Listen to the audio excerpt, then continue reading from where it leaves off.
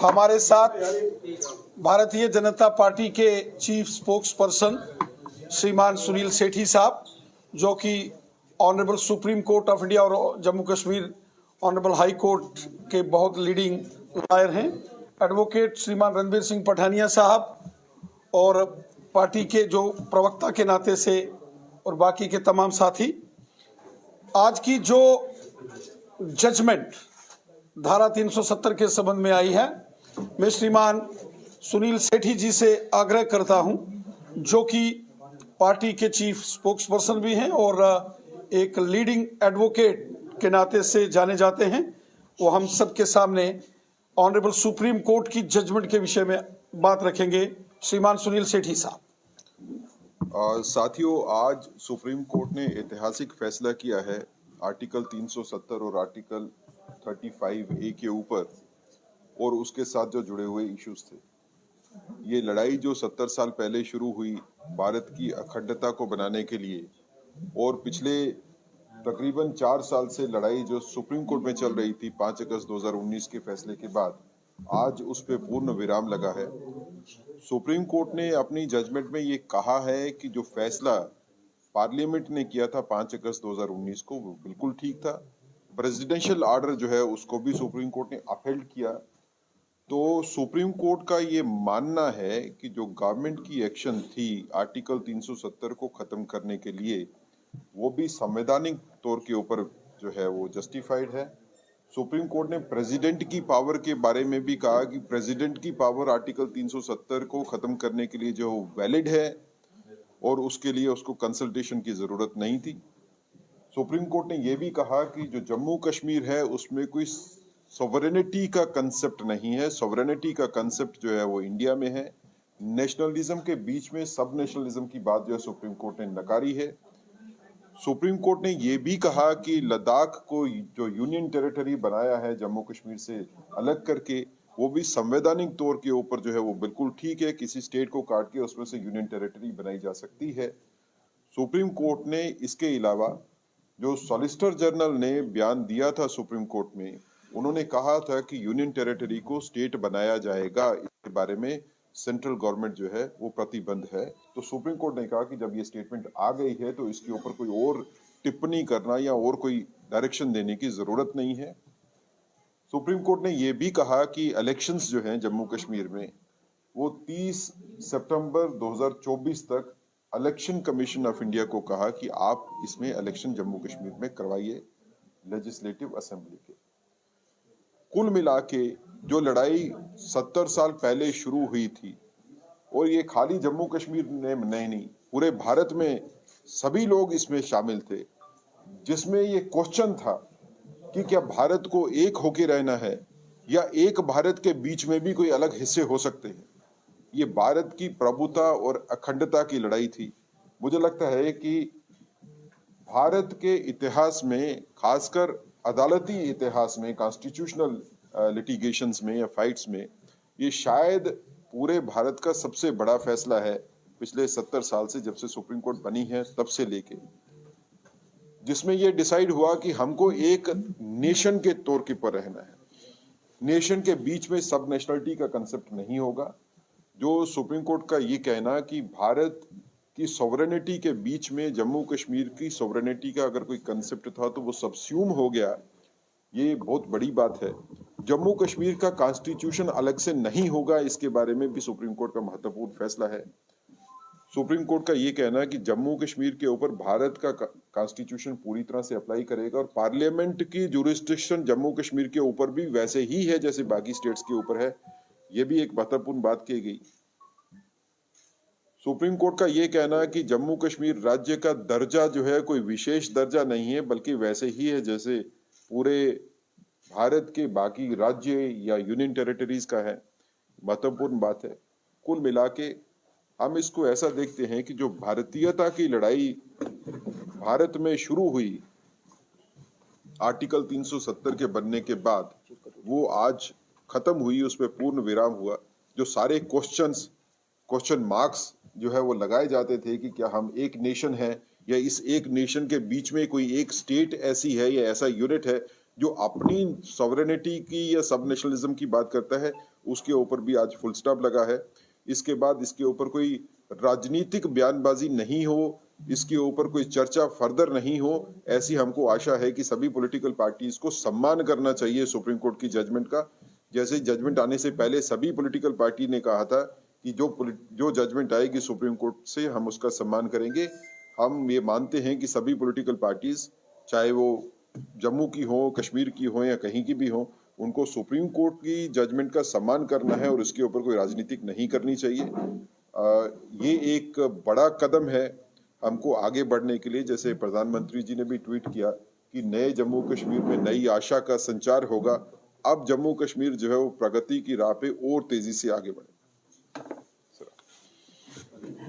मैं अध्यक्ष जी को कहूंगा कि आप इसके ऊपर अपनी टिप्पणी कीजिए, इस जजमेंट के ऊपर, इसका पॉलिटिकल इम्पैक्ट क्या है।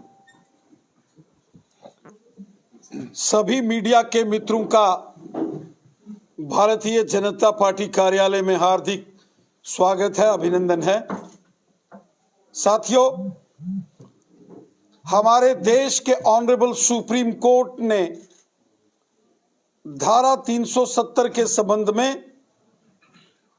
एक बड़ा फैसला आज सुनाया है। माननीय सुप्रीम कोर्ट के ऑनरेबल चीफ जस्टिस ने धारा 370 की सुनवाई के बाद अपना अंतिम निर्णय फैसला दिया है। यह जम्मू कश्मीर के संबंध में एक ऐतिहासिक निर्णय है। साथियों, हम सब जानते हैं कि जम्मू कश्मीर के अंदर समाज के अलग अलग वर्गों के साथ हमेशा छल कपट हुआ। जम्मू कश्मीर के अंदर रहने वाले जो ट्राइबल्स हैं, गुजर, बकरवाल, गद्दी, सिपी, 70 साल उनको धारा 370 के कारण उनके अधिकार नहीं मिले। जम्मू कश्मीर के अंदर जो ओबीसी कम्युनिटी के लोग हैं, जिसमें हांजी, तेली, हजाम, नाई, मरकबान, लोहार, तरखान, प्रजापति, जाट समुदाय के भाई बहन, उनको उनके अधिकारों से 70 साल वंचित रखा गया। जम्मू कश्मीर के अंदर पश्चिम पाकिस्तान से 1947 में विभाजन के बाद जो यहां विस्थापित आए, उनको नागरिकता तक नहीं दी गई। पाकिस्तान के कब्जे वाले जम्मू कश्मीर के विस्थापितों के साथ अन्याय हुआ और इसके साथ साथ हमारे देश के संविधान के महत्वपूर्ण प्रावधानों को जम्मू कश्मीर में लागू नहीं होने दिया गया था। एंटी करप्शन कानून यहां लागू नहीं थे। प्रिवेंशन ऑफ करप्शन एक्ट 1989 लागू नहीं किया गया। नेशनल ह्यूमन राइट्स कमीशन को जम्मू कश्मीर में लागू नहीं किया गया था। यहां राइट टू एजुकेशन से जम्मू कश्मीर के बच्चों को वंचित रखा गया। ऐसे अनेक कानून थे जो कि देश भर में लागू थे, लेकिन जम्मू कश्मीर की जनता तरसती रही कि ये कानून यहां लागू किए जाएं, लेकिन धारा 370 की आड़ में ये सभी कानून यहां लागू नहीं किए गए थे। उसके उपरांत पूरे देश के अंदर जो पंचायती राज सशक्तिकरण था, कभी यहां जिला परिषद का गठन नहीं होने दिया गया, कभी डीडीसीज, बीडीसीज का इलेक्शन यहां नहीं होने दिया गया था। लेकिन धारा 370 की समाप्ति के बाद अब जम्मू कश्मीर के अंदर गुजर, बकरवाल, पहाड़ी कबीले के लोग, गद्दी, सिप्पी, ओबीसी कम्युनिटी के लोग, पश्चिम पाकिस्तान से आए विस्थापित, पीओजेके के रेफ्यूजीज, विस्थापित, समाज के जो दलित वर्ग के हमारे भाई बहन हैं, गोरखा समाज, वाल्मीकि समाज, जो शेड्यूल कास्ट कम्युनिटीज से ताल्लुक रखते हैं, आज उनको जम्मू कश्मीर में अधिकार मिले हैं। आज वो भी भारतीय नागरिक की तरह देश के संविधान ने जो उनको अधिकार दिए हैं, उन मूलभूत अधिकार समाज के हर वर्ग को मिले हैं।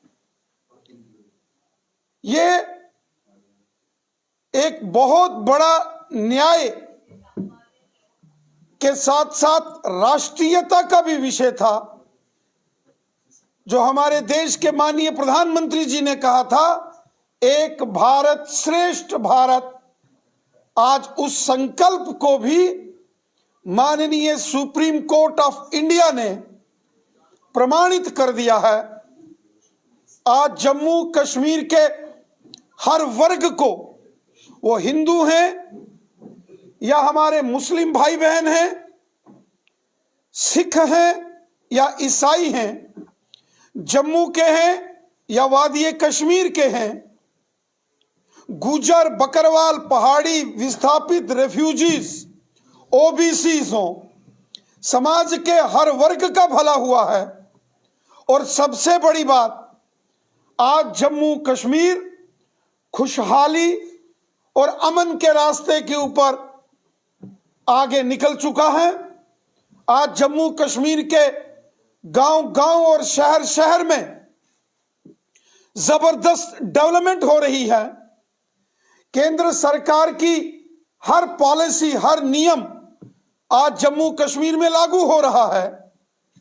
प्रधानमंत्री आवास योजना से करोड़ों गरीब लोगों के मकान बनाए जा रहे हैं।